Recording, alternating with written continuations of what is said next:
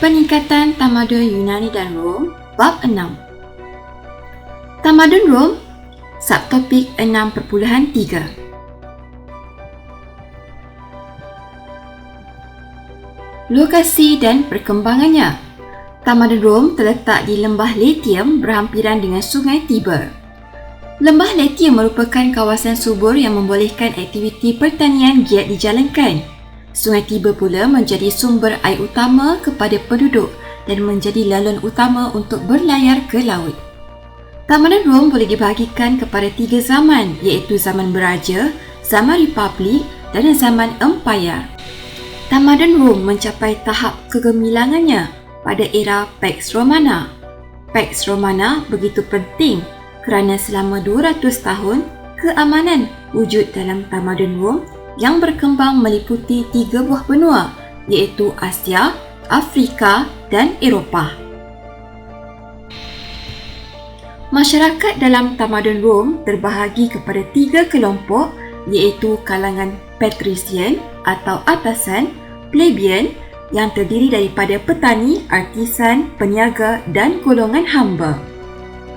Tamadun ini mencapai kemajuan dalam pelbagai bidang seperti politik, ekonomi, sains dan teknologi, falsafah dan pendidikan. Peningkatan seni bina dalam Tamadun Rom, subtopik 6.4.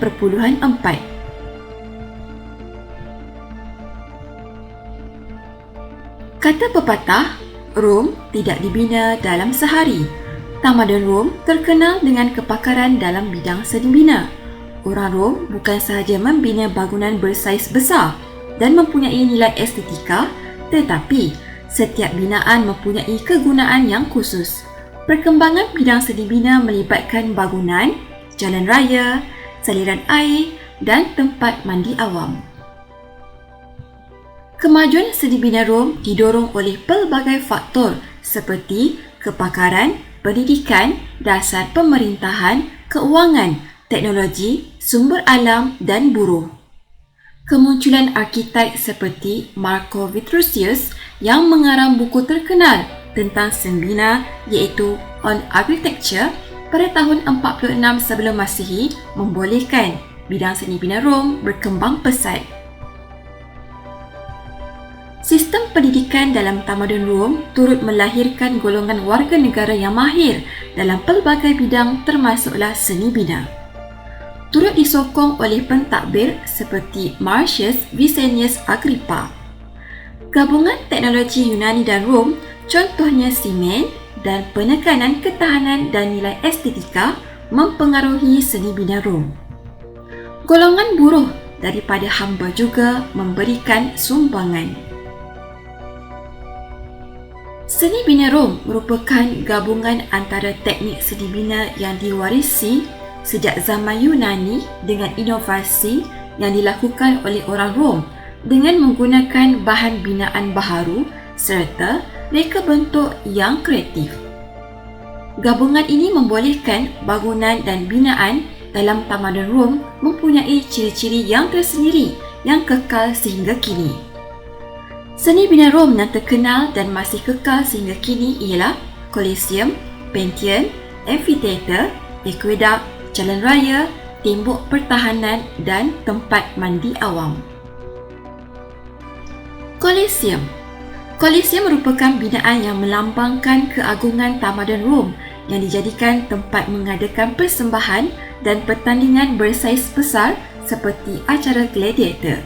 Struktur binaan Colosseum mempunyai ketinggian mencapai 50 meter panjang, lebar 156 meter dan luas keseluruhan bangunan kira-kira 2.5 hektar dengan kawasan arena seluas 85 meter kali 54 meter yang mampu memuatkan 50,000 orang pada satu masa.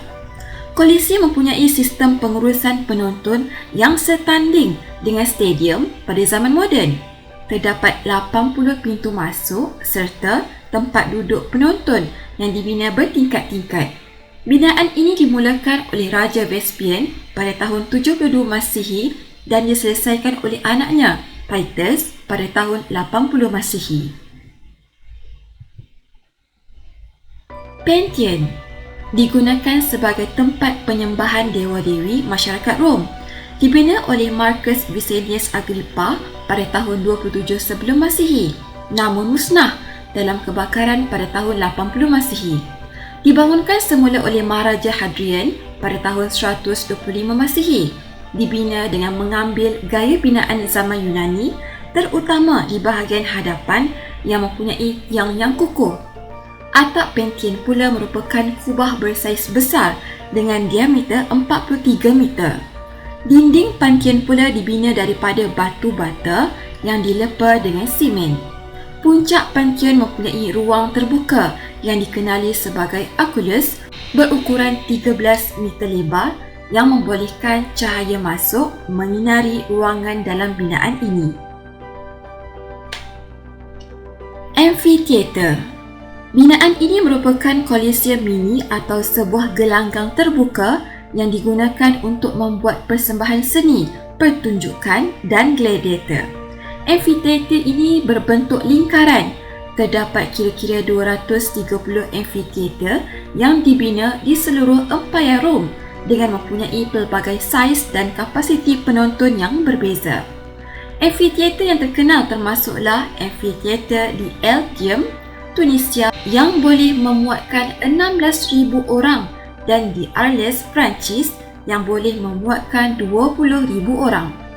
Kewujudan binaan amphitheater di seluruh wilayah Rom menjadi bukti nyata tentang pengaruh dan cara hidup masyarakat zaman ini yang menggemari aktiviti di luar rumah. Aqueduct. Sistem perancangan dan pengawalan air yang sistematik melambangkan teknologi dan kejuruteraan Rom. Aqueduct berfungsi membekalkan air ke rumah kediaman di sekitar bandar dalam Empayar Rom.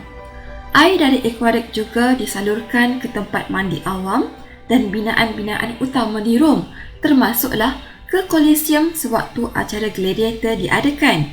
Aqueduct pertama dibina di Aqua Appia pada tahun 312 sebelum Masihi dengan panjangnya 16 km. Marcus Agrippa merupakan antara jurutera Rom yang bertanggungjawab membina aqueduct seperti Aqua Virgo yang dibina pada tahun 19 sebelum Masihi. Aqueduct dibina berdasarkan kajian mendalam terhadap aspek mutu sumber air yang ada, aliran air dan lokasinya. Aqueduct yang termasyhur ialah Pont du Gard di Perancis yang mempunyai 3 tingkat. Jalan Raya. Jalan raya mula dibina pada tahun 500 sebelum Masihi dengan tujuan untuk menghubungkan bandar-bandar utama bagi memudahkan pergerakan tentera serta sebagai sistem pengangkutan. Oleh sebab matlamat asas adalah untuk kegunaan tentera, jalan raya tersebut dibina secara berlapis-lapis dengan menggunakan batu besar, batu kecil dan batu kerikil supaya tahan dan kuat menahan beban serta pergerakan pasukan tentera. Luas jalan raya ini biasanya 4 kaki, 1.3 meter tebal dan 20 kaki, 6.7 meter lebar. Terdapat batu tanda bagi menunjukkan jarak satu kawasan dengan kawasan lain. Di tepi jalan raya dibina longkang bagi mengalirkan air agar tidak bertakung di atas jalan raya. Tembok pertahanan. Pembinaan tembok pertahanan bertujuan untuk melindungi tamadun Rom daripada serangan musuh. Tembok ini juga menjadi pemisah antara kawasan yang terletak di bawah kekuasaan Rom dengan kawasan yang bukan wilayah Rom. Seni membina tembok pertahanan telah bermula pada tahun 100 Masihi dengan menggunakan batu yang disusun memanjang serta mencapai ketinggian sehingga 5 meter. Selain itu, terdapat beberapa kubu kecil yang dikenali sebagai mini castle dalam jarak sebatu 1.6 km setiap satu. Kubu kecil ini menempatkan tentera yang mengawal tembok tersebut. Tembok yang terkenal ialah Tembok Hadrian di Britain yang dibina pada tahun 122 Masihi oleh Maharaja Hadrian. Panjang tembok ini ialah 117 km dan setinggi 5 meter. Tempat mandi awam. Orang Rom percaya mandi penting untuk kebersihan dan kesihatan serta melambangkan kehidupan bertamadun.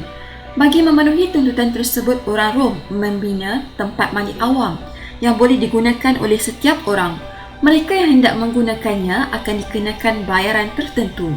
Tempat mandi awam ini dilengkapi dengan pelbagai kemudahan termasuk tandas, ruang mandi, ruang untuk mengurut, perpustakaan, bilik berehat dan bersenam. Ruang mandi pula mempunyai bahagian yang berasingan iaitu mandi air panas, sejuk, suam serta berwak. Antara tempat mandi awam yang terkenal termasuklah Caracalla di Rom yang didirikan pada abad ke-3 Masihi oleh Maharaja Caracalla. Tempat mandi ini boleh memuatkan sehingga 1,500 orang pada satu-satu masa. Kesimpulan, Yunani, pembentukan polis atau negara kota merupakan ciri utama tamadun ini. Tamadun ini mempunyai 5 corak pemerintahan iaitu monarki, oligarki, aristokrasi, tirani dan demokrasi. Sistem pemerintahan di Athens berdasarkan demokrasi melalui penubuhan Dewan Perhimpunan yang meliputi majlis, magistrat dan yuri. Sparta pula menekankan disiplin ketenteraan dan taat setia warga negara. Rom, pembinaan seni bina yang hebat berlaku dalam tamadun ini. Faktor keunggulan seni bina yang kekal lama, tahan dan kuat.